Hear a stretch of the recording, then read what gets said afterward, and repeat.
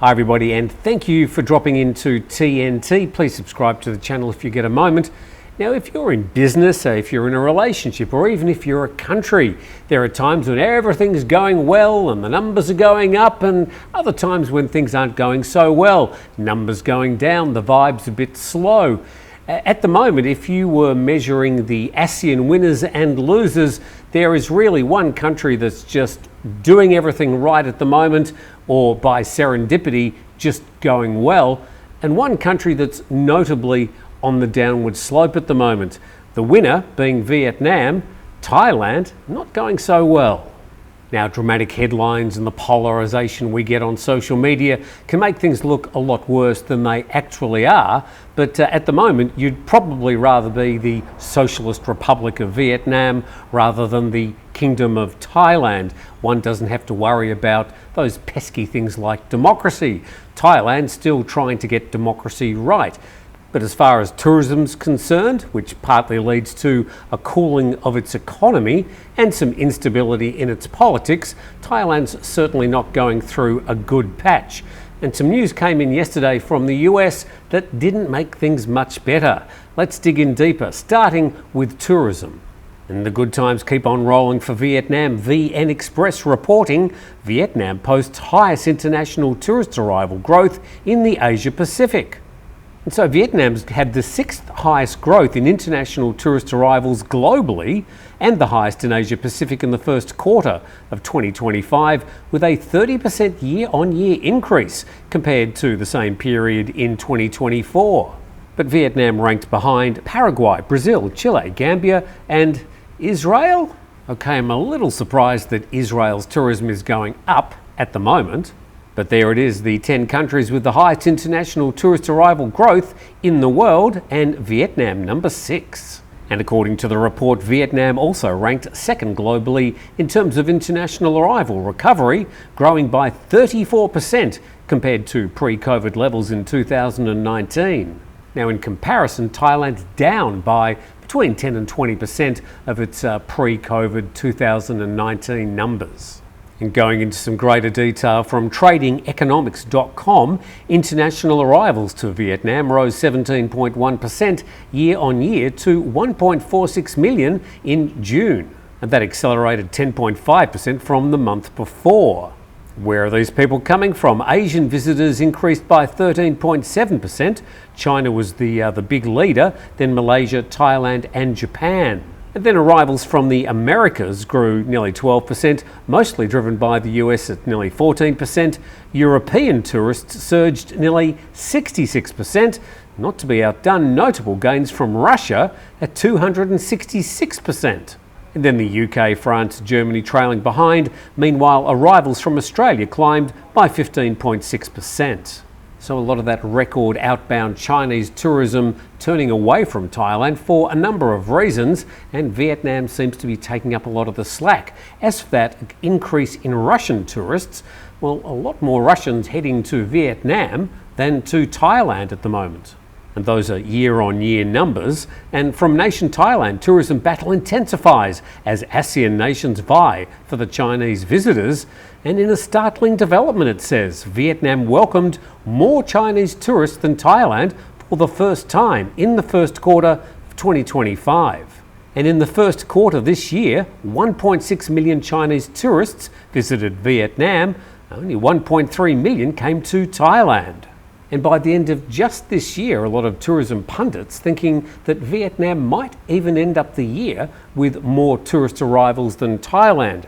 Okay, let's turn from tourism to tariffs. And Vietnam's had somewhat of a local win with this headline. Trump says US struck trade deal with Vietnam that imposes 20% tariff on its imports.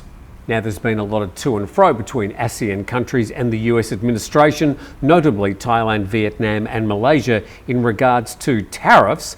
Vietnam seems to have come out ahead. And Vietnam also agreed that goods would be hit with a 40% tariff rate if they originated in another country and were transferred to Vietnam for final shipment to the United States. And this process is known as transshipping. and it's used to circumvent trade barriers. China, a top exporter to the US, has reportedly used Vietnam as a transshipment hub. Now, quoting from the actual letter, it said the terms are that Vietnam will pay the United States a 20% tariff. Now, just referring to Tariffs 101, that sentence in itself is just blatantly untrue, as picked up by the article. And quoting the CNBC article, Trump wrote that Vietnam will pay that 20% duty, but tariffs are taxes on foreign goods that are paid by the importers of those products. And then downstream, but it's eventually the US consumers that buy those goods that end up paying those tariffs. Okay, so Vietnam got away with a 20% tariff.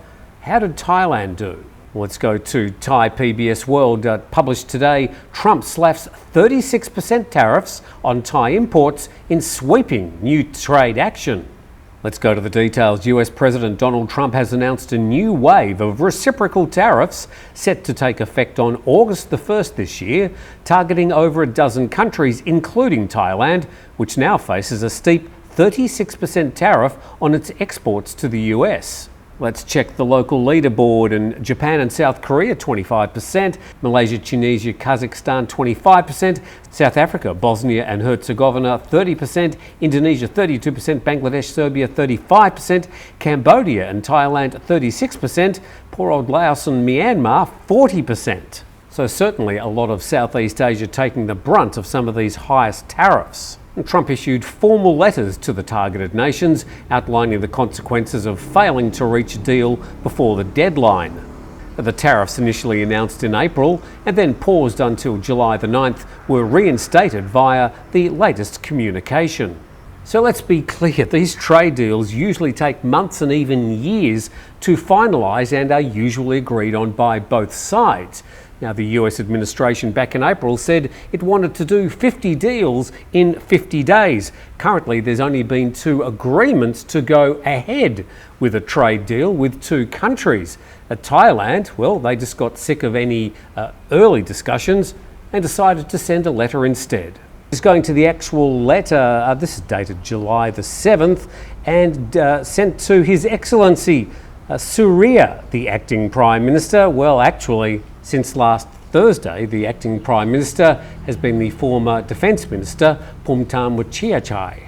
And this warning further down the letter: if for any reason you decide to raise your tariffs, then whatever the number you choose to raise them by will be added onto the 36% that we charge. And then talking about the trade deficit, the last sentence: this deficit is a major threat to our economy and indeed our national security! And Thailand has reacted. This from the Bangkok Post. The stock exchange of Thailand index drops. Asian shares fluctuate as Trump opened to tariff talks. It says the stock exchange of Thailand index dropped by almost 1%, while other Asian shares swung between small gains and losses as US President Donald Trump left the door open for additional trade negotiations after imposing new tariff rates on several countries. So maybe this is all part of that Art of the Deal, the book written about Trump's businesses, written by Tony Schwartz. Maybe they just want Thailand to deal a bit more and come to the table. So let's go to the US dollar versus the Thai baht, and the red line there showing the last 12 hours or so. And there's actually been a bit of a drop in the value of the US dollar versus the Thai baht. US citizens getting less Thai baht than they were 24 hours ago. But some more reaction. We go to Bangkok Post. Thailand confident of securing lower US tariff with trade offers. And accompanied by a rather odd photo choice, Thailand remains optimistic about securing a low tariff rate than the 36th levy announced by US President Donald Trump, based on an offer to bring down import tax on most US goods to 0, according to the Thai finance minister. And then further down, Mr. Trump has set the levy on Thailand without taking into account its revised proposals to increase market access by removing tariff and non-tariff barriers on a number of goods, according to the Thai finance minister. And a last-minute offer from Thailand said it would reduce its $46 billion trade surplus by 70% within 5 years, and the offers included greater market access for US farm and industrial goods, as well as increased purchases of energy and Boeing jets. Well, as far as Boeing jets are concerned, Thai Airways did put in an order for 45 Boeing 787s at the start of this year. No real plans to expand any further than that at the moment. But comparing Vietnam to Thailand at the moment, Vietnam's sort of getting tick, tick, tick, and Thailand languishing behind with a bit of a run of bad luck. Well, let's hope as far as tourism is concerned, things might pick up as we get close to the end of the year. As far as my little Airbnb business is concerned, we're booked 70 or 80% already for the next high season. I'm hoping that other parts of the tourism market may also be looking forward to a good high season ahead. But certainly these higher tariffs than some of the neighbours is going to cause concern, and there will be plenty to talk about in the new cabinet for the Thai administration at the moment. Thanks for dropping in. Be very interested to hear your thoughts on all those matters, and we look forward to seeing you next time.